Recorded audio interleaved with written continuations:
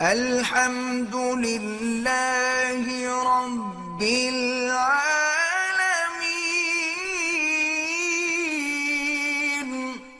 نظام اس وقت دنیا میں چل رہا ہے، اس کو خدا کے علاوہ کوئی بھی ناپسند نہیں کرتا، اس کو صرف اللہ ہے جو ناپسند کرتا ہے، صرف اللہ ہے۔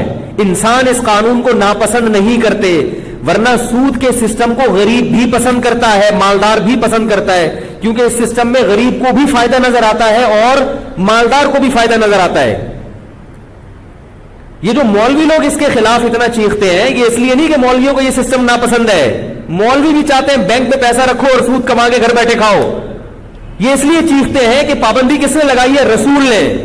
اور رسول کیوں اس کے خلاف ہے اتنا؟ اس لیے کہ اللہ نے پابندی لگائی ہے۔ تو اصل سود کو ناپسند کرنے والا کون ہے؟ اللہ ہے۔ اب غریب اس پہ خوش کیوں ہوتا ہے؟ اس لیے کہ اس کو وقتی نفع نظر آتا ہے۔ آپ نے 1,00,000 روپے رکھوائے اور مہینے بعد وہ کتنے ہو گئے؟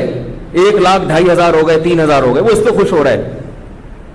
وہ اس نظام کے اندر جو غریب کا استحصال ہے آہستہ آہستہ اور اس کی تباہی ہے، اس کی طرف اس غریب کی توجہ نہیں ہوتی۔ اس کی طرف کس کی توجہ ہوتی ہے؟ بولو بھائی، اللہ کی۔ اس لیے اللہ نے اس کو ہمیشہ سے حرام کر دیا۔ بھائی زمین پہ میرا قانون چلے گا تو سودی نظام نہیں چلے گا۔ اس سودی نظام کی تباہی ہے کہ دولت سمٹ کے 10-15 انسانوں کے ہاتھوں میں چلی گئی ہے۔ ماہرین معیشت کہتے ہیں اگر 10-15 آدمیوں کی دولت ان سے لے کر تقسیم کر دی جائے تو پوری دنیا سے غربت کا خاتمہ ہو جائے گا۔ میرا یہ بیان ہے اسلام کا نظام معیشت، وہ کبھی آپ یوٹیوب پہ سرچ کر کے سنیں، میں تھوڑا سا اس کی طرف روشنی ڈالتا ہوں معمولی سی۔ یہ 4 سفیروں والی مثال رہ نہ جائے، یہ آپ اس کی طرح گچی پکڑ کے رکھیں، ابھی یہ مثال مکمل نہیں ہوئی، آپ کو کہہ رہا ہوں۔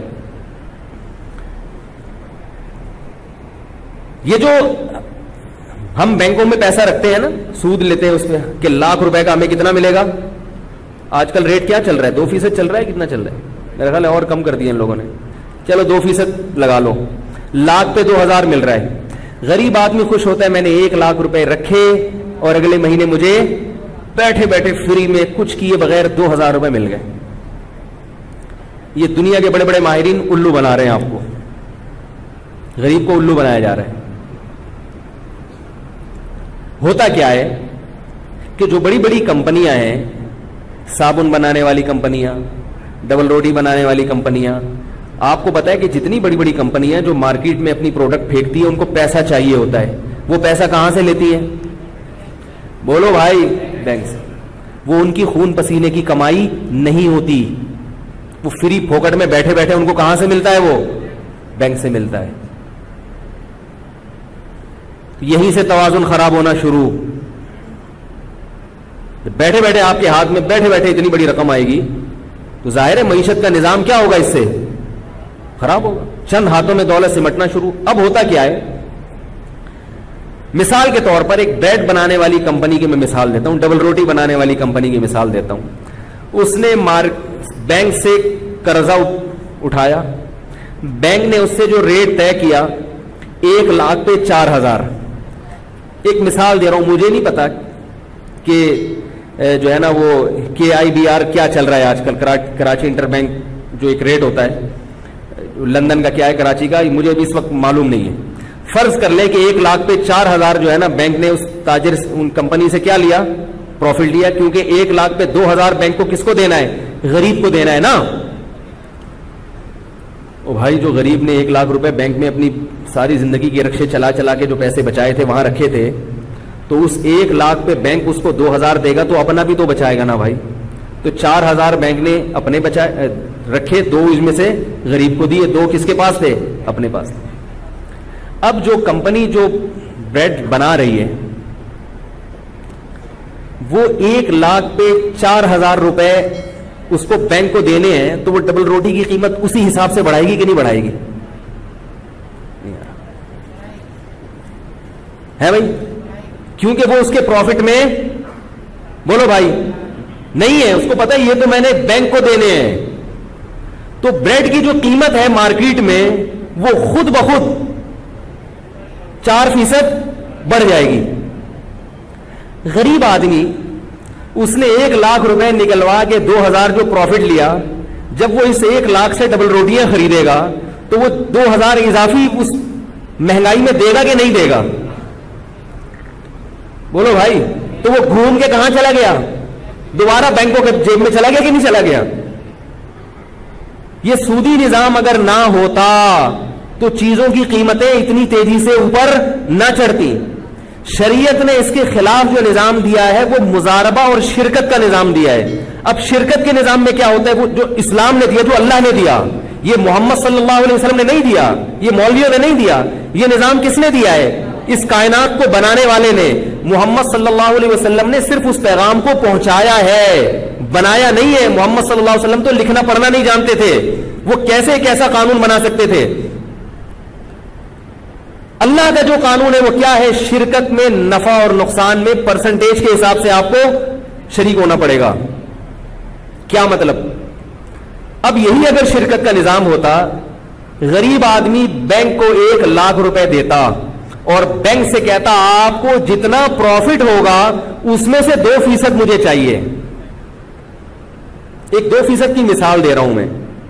ویسے تو انویسٹر کا جو ریشو ہے وہ زیادہ ہوتا ہے، عام طور پہ 70% ہوتا ہے انویسٹر، اور 30% وہ لیتا ہے جو عمل کرتا ہے. 1 لاکھ پہ مجھے کتنا چاہیے؟ 2%. بنتا وہ بھی 2000 ہی، لیکن وہ 1 لاکھ کا 2000 نہیں، جو پروفٹ ہوگا اس کا مجھے 2% چاہیے، یا 20% چاہیے، یا 25% چاہیے. پرسنٹیج. بینک یہ پیسے کس کو دیتا؟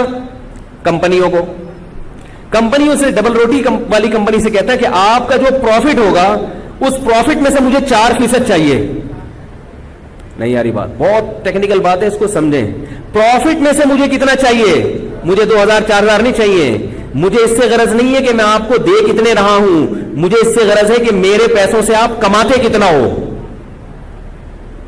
ہم جو آپ کو 1 کروڑ کا قرضہ دے رہے ہیں، اس 1 کروڑ پہ آپ جتنے کماؤ گے اس میں سے 4% ہمارے اور 96% تمہارے. نہیں یاری بات. اب کیا ہوا ہے کہ جو ڈبل روٹی بنانے والی کمپنی ہے اس نے ڈبل روٹی کے ریٹ بڑھا دیے، تو خود بخود اس کمپنی کا پروفٹ بڑھے گا اور 4% خود بخود بڑھ جائے گا. بینک کا نفع خود بخود بڑھے گا، اور بینک کا نفع بڑھے گا تو بینک کو جس نے قرضہ دیا ہے اس کا نفع خود بخود. تو آپ جتنی مرضی قیمتیں بڑھا لیں مارکیٹ میں، ان قیمتیں بڑھنے سے وہ پروڈکٹ کی جیسے قیمت میں اضافہ ہوگا تو عوام کو بھی اس کی حساب سے نفع ملنا شروع ہو جائے گا. سودی نظام میں آپ رقم دے کے بھول جاتے ہو، آپ نہیں دیکھتے کہ میرے اس پیسے سے کون کتنا کتنا کما رہا ہے. آپ کو 2 نوالے 2 54 58 پکڑا کے بینک خوش ہو جاتے ہیں، آپ کو مطمئن کر دیتے ہیں مزے کرو.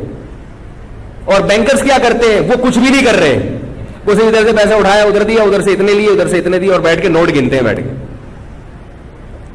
وہ کسی قسم کا رسک لینے کے لیے تیار نہیں ہوتے. یہ غیر فطری نظام ہے دولت کی ریل پیل کا. قرآن نے زکوٰۃ کا اور صدقہ فطر کا اور مال غنیمت کی تقسیم کا جو فلسفہ بیان کیا، کئی لا یکون دولتم بین الاغنیاء منکم، اللہ چاہتے ہیں کہ دولت چند ہاتھوں میں سمٹ کے نہ رہ جائے. تو جیسے صدقات و خیرات سے دولت تقسیم ہوتی ہے، ابھی قربانی ہوئی نا، کتنی تقسیم ہوئی ہے دولت. 1 ارب روپے کا کاروبار ہوا ہے صرف کراچی میں. تو اس کاروبار سے غریبوں کے چولہے جلے کہ نہیں جلے ہیں؟ دولت مندوں کی جیب سے پیسہ نکل کے گیا ہے، اور غریبوں کی جو بھینسیں گائے پالنے والے لوگ ہیں ان کی جیبوں میں گیا ہے. اور گوشت کتنا تقسیم ہوا غربا اور مساکین میں.